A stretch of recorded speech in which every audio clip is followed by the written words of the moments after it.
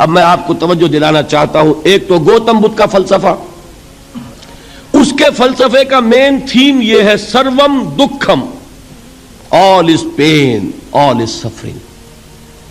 اور اس نے جو بھی اپنی محنت کی یہ تو اللہ ہی بہتر جانتا ہے کہ اسے بعد میں ملا کیا اور کیا نہیں ملا. ایک بات آپ سے عرض کر دوں، گوتم بدھ کے بارے میں ایک بہت جید عالم میرے نزدیک بر صغیر پاک و ہند کے علماء میں جو اس صدی کے علماء ہیں ان میں ان کا بہت اونچا مقام ہے، مولانا مناظر احسن گیلانی رحمت اللہ علیہ. گیلان قصبہ ہے ایک بہار کا، وہاں کے رہنے والے تھے. ان کی زندگی زیادہ گزری حیدرآباد دکن میں، عثمانیہ یونیورسٹی میں استاد رہے.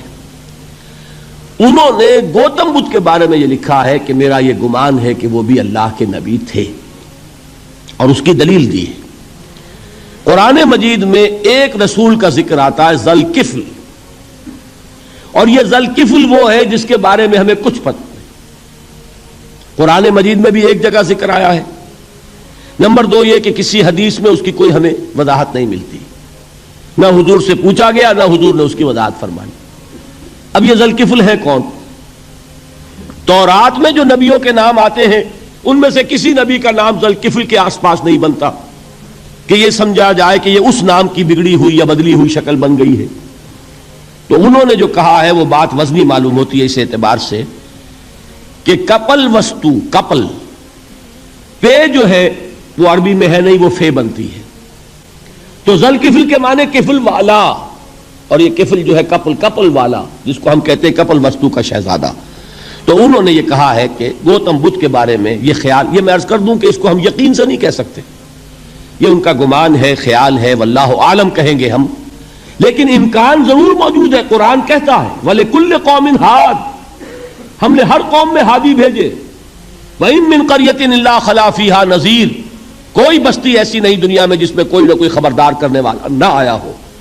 تو یہ ممکن نہیں ہے کہ وہاں نبی نہ آئے ہوں، لیکن ان کی تعلیمات اتنی بدل گئی ہیں کہ ہم ان کو پہچان نہیں سکتے.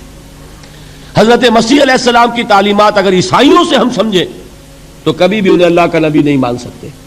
یہ تو قرآن مجید نے آ کر حضرت مسیح علیہ السلام کی اصل حقیقت ہمیں بتائی، ورنہ تو خدا کا بیٹا ثالث و ثلاثہ ان کو کیسے ہم مانتے. لیکن یہ کہ قرآن نے بتایا.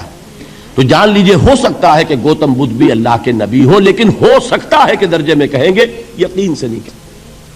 بہرحال گوتم بدھ نے اس دکھ، رنج، صدمہ، غم جو انسان کا مقدر ہے اس کا مشاہدہ کیا، اور پھر تپسیائیں کی، علم حاصل کیا، رشیوں منوں کے پاس گیا. اس نے کوشش کی کہ معلوم ہو سیلویشن کا راستہ کون سا ہے، اس دکھ سے نجات پانے کی کوئی سبیل بھی ہے کہ نہیں، اس غم سے، اس نجات سے، اس اندوہ سے انسان کسی طریقے سے چھوٹ سکتا ہے یا نہیں. اسی کو سیلویشن کہتے ہیں انگریزی میں، اسی کو ہندی میں نروان کہتے ہیں، اسی کو عربی میں نجات کہتے ہیں. ان نجات معلقۃ بمجموع هذه الاشیاء. میں نے امام رازی رحمۃ اللہ علیہ کے الفاظ میں آپ کو وہ لفظ بتایا، نجات کی راہ.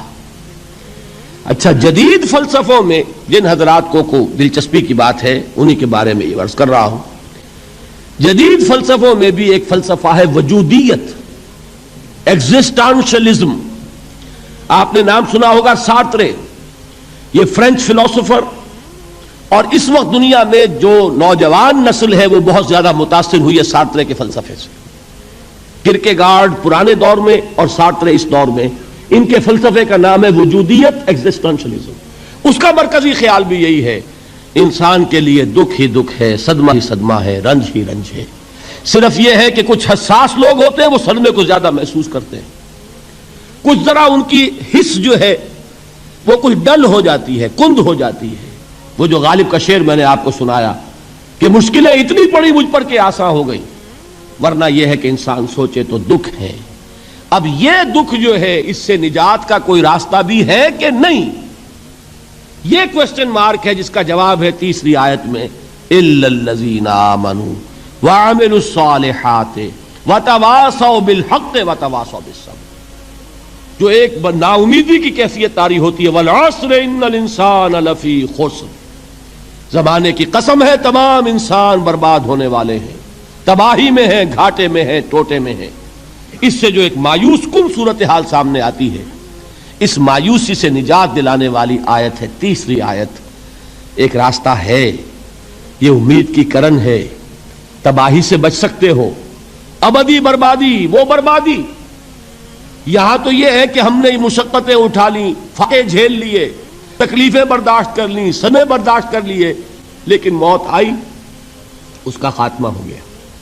لیکن اس کے بعد اگر خدا نہ خواستہ جہنم میں جھونک دیے گئے، وہ ابد الآباد تک کی، وہ ہمیشہ کی جلن۔ قرآن کہتا ہے کہ اگر ایک کھال جل جائے گی، جھلس جائے گی، اللہ اور کھال دے دے گا۔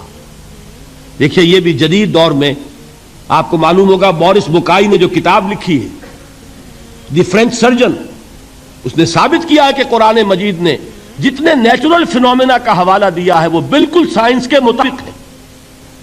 آج ہمیں یہ معلوم ہے کہ حس جو ہے وہ صرف کھال میں ہوتی ہے، کھال حساس ہوتی ہے، کھال اتر جائے نیچے جو ہے گوشت جلے گا، آپ کو تکلیف نہیں ہوگی۔ معلوم قرآن نے کہا ہے کہ جب کھالیں ان کی جھلس جائیں گی، ہم نئی کھال دے دیں گے تاکہ وہ سوزش جو ہے، وہ جلن کا احساس برقرار رہے، وہ ختم ہونے نہ پائے۔ حالانکہ اس کی ضرورت نہیں ہے، اگر اندر کا گوشت بھی حس والا ہوتا تو پھر کھال دوبارہ عطا کرنے کی ضرورت نہیں ہے، گوشت جلے گا، اس سے بھی جلن کا اور سوزش کا احساس ہو جائے گا۔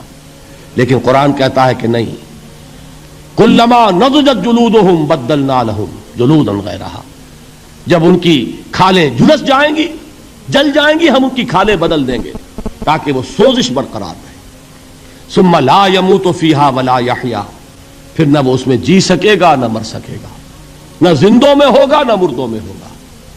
موت کو پکارے گا، کاش کہ موت آ جائے جو مجھے اس مشقت سے اور مشکل سے چھٹکارا دلا دے۔ وہ موت جس سے اس وقت ہم بھاگتے ہیں، اگر خدا نہ خواستہ اس جہنم میں جھونکے گئے تو پھر موت کو پکاریں گے اور موت نہیں آئے گی۔ اس عذاب سے، اس ابدی ناکامی سے، اس خسران سے، اس ابدی ہلاکت سے بچنے کا کوئی راستہ ہے؟ وہ جو میدان حشر میں پکاریں گے لوگ، این المفر، کوئی جائے فرار ہے، کوئی جائے پناہ ہے؟ وہ جائے فرار، وہ جائے پناہ اس دنیا میں اللہ نے ہمیں عطا فرمائی، اسی کا نام صراط مستقیم ہے۔ الا الذین آمنوا وعملوا الصالحات وتواصوا بالحق وتواصوا بالصبر، ایک راستہ ہے، اس کے یہ چار نشان ہائے راہ ہے، سنگ ہائے میل ہے۔ پہلا ایمان، دوسرا عمل صالح، تیسرا تواصی بالحق، چوتھا تواصی بالصبر۔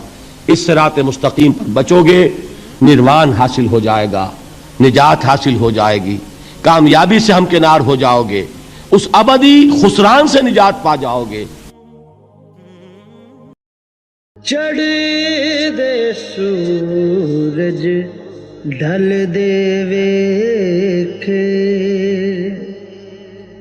بجھے دیوے بل دے ویکھے، چڑھ دے سورج ڈھل دے ویکھے۔